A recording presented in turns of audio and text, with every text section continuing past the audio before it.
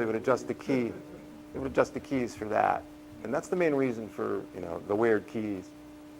I know that, like, the one I just played, Battle of Bessie's an A flat, and the song Surfin' USA was actually, the record was actually E flat, but we always played in E. And Murray had a lot to do with the studio proceedings, and there was a machine called a variable speed oscillator, and you could turn the juice down on the tape machine and it would slow the track down a little bit. So we would play it in E, but Murray would slow the track down with the, just reducing the power on the tape recorder, because the technology wasn't anything like it is now. And the key would just go down a half a step, and it would make it easier to sing that way. So there was a lot of tricks that we did. The band would record the music first.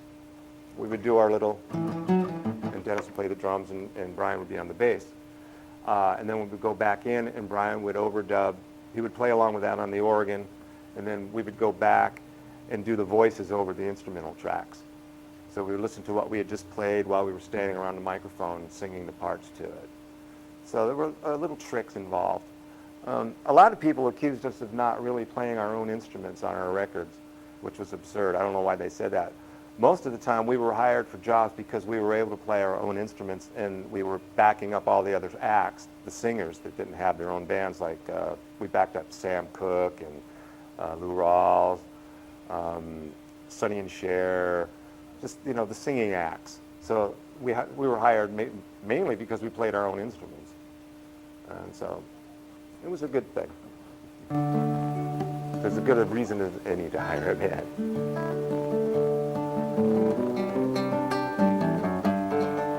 Right, like a block or so south of El Segundo on Hawthorne Boulevard was a place called Melody Music. At Del Mar, Ventura County line, Santa Cruz and Trusses, Australia's Narrabeen. Well, we're standing in front of 131, 110 South Hawthorne Boulevard. And the reason we're here is this used to be Melody Music, where the Beach Boys used to come in, check out the latest records. They sold pianos. Music stores back then sold records and pianos and musical instruments. So I know Brian was in here listening to the Four Freshmen at one time. Now it's going to be turned into a beauty shop of some sort. And we got a lot of our instruments in there too. And then we went to a place called Wallach's Music City in Hollywood, which is very famous. And we'd get some of our instruments in there. So Melody Music, I don't know how they got this one like Rickenbacker guitar that they got from England. I don't know how it ended up there, but I remember buying it. It was a Rickenbacker 12-string, and that was from Melody Music. I'm on the first 5 albums. We recorded a heck of a lot of material in a very short period of time. We did 5 albums within just a few years, just pressure from the record label. So I was actually on the first 5, but then there were some songs that I played on that were put on the can on the shelf. They were released after I left the band. So technically I'm on maybe 6, 7 albums and the Christmas album. And then there were tons of compilations after that, like The Endless Summer, and I think the most recent one was Sounds of Summer. And they kept releasing the same old songs over and over again. If you get a book, or if you go on the internet, if you go to Cabinescence or something, a lot of the songs aren't there, and the ones that are, a lot of them are in the wrong key. I think that's useful though, in spite of that. I'm glad it's there, that you have access to that, because the people who put that together, I think they're just using their ear from music school, ear training, whatever, and they listen and they just try to figure it out on the guitar, and they get close a lot of the times. But it would actually have to be someone sitting down with Brian and taking notes, and no one's actually really, delved into that. It's very complicated. I know all the other bands do have books that, and I noticed a lot of those are inaccurate too. But you have to really work hard, and I don't think Brian right now, these days, would be able to sit down and remember everything that he arranged. I'm sure there might be records of it on paper where he wrote out vocal arrangements and stuff, because a lot of the vocal arrangements are out there, more so than the guitar chords. I think Murray, in his mind, justified it because he really put his whole life and soul and everything into promoting the Beach Boys. And in his mind, I think maybe he was slighted a little bit because he didn't really have the input that he would have liked to have. And so he justified it by, you know, I guess he needed money, so he sold the catalog. It was initially his publishing company to begin with, Sea of Tunes. And, but that, I think that's all been rectified. There was a lot of dispute with the writers' credits between Mike and Brian, and that's all been straightened out. So, and I think, I do believe Brian has since gotten a lot of that publishing back, or the rights to those songs anyway, his writers' royalties and all that. But it's all legal stuff, and I don't totally understand it. God Only Knows is really quite simple, come to think of it. It's just...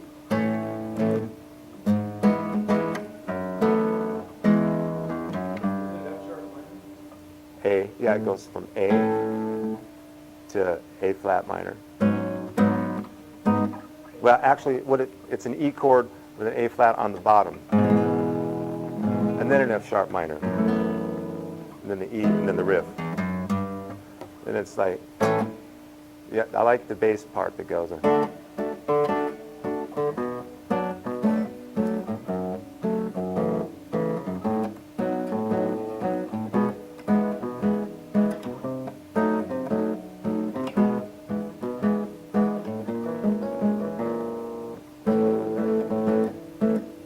Ninth chord, F sharp 9.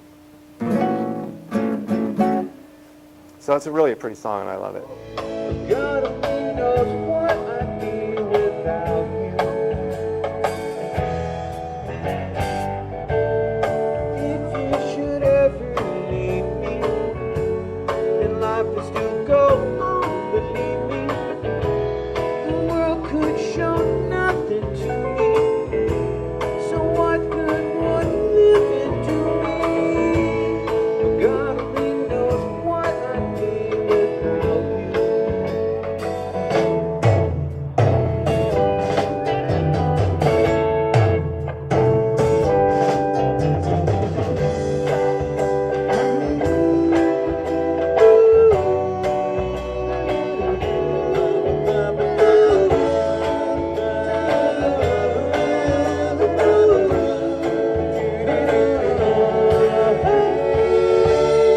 God only knows what I'd be without you. That's called 12-bar blues. It's the basis of pretty much a lot of music, rock and roll, blues, pop songs.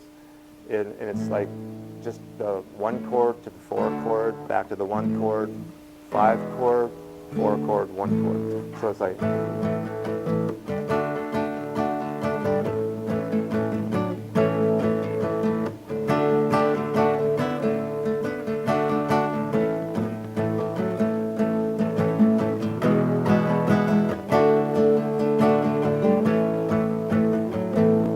Now that's, right there is the basis to probably, I don't know, a big percentage of music.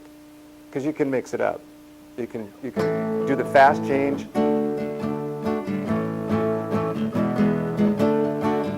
But those chords are the basic chords. Mix them up in any order, any rhythm, and you've got 90% of pop music and blues. And that goes along with, the same is true for that strumming thing I showed you. Ballads. And that technique basically is used in all the ballads where there's a guitar. And same with the arpeggios.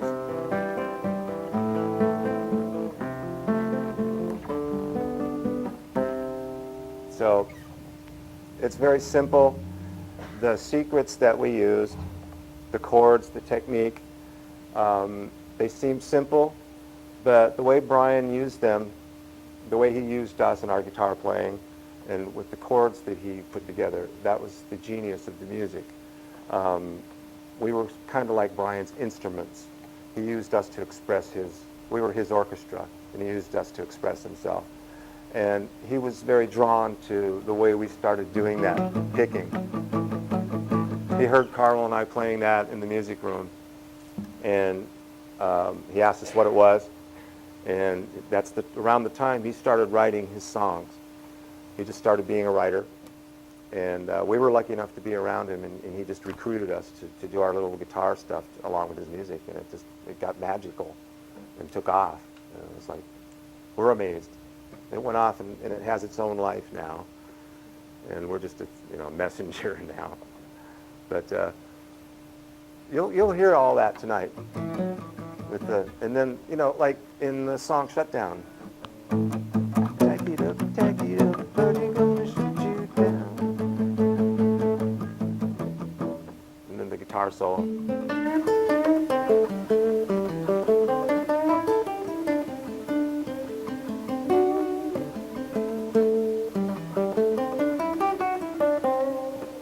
Solo to "Shut Down."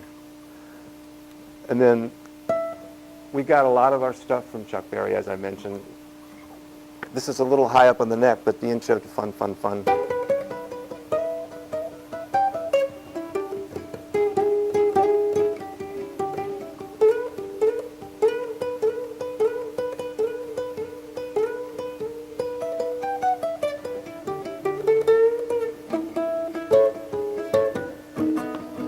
You got a daddy's car, cruising through the hammer, you stand out. So there again, the same, with the muted palm down on the strings. Well, at first we started playing at the school here, and then the Inglewood High School, the Inglewood Rec Center, and then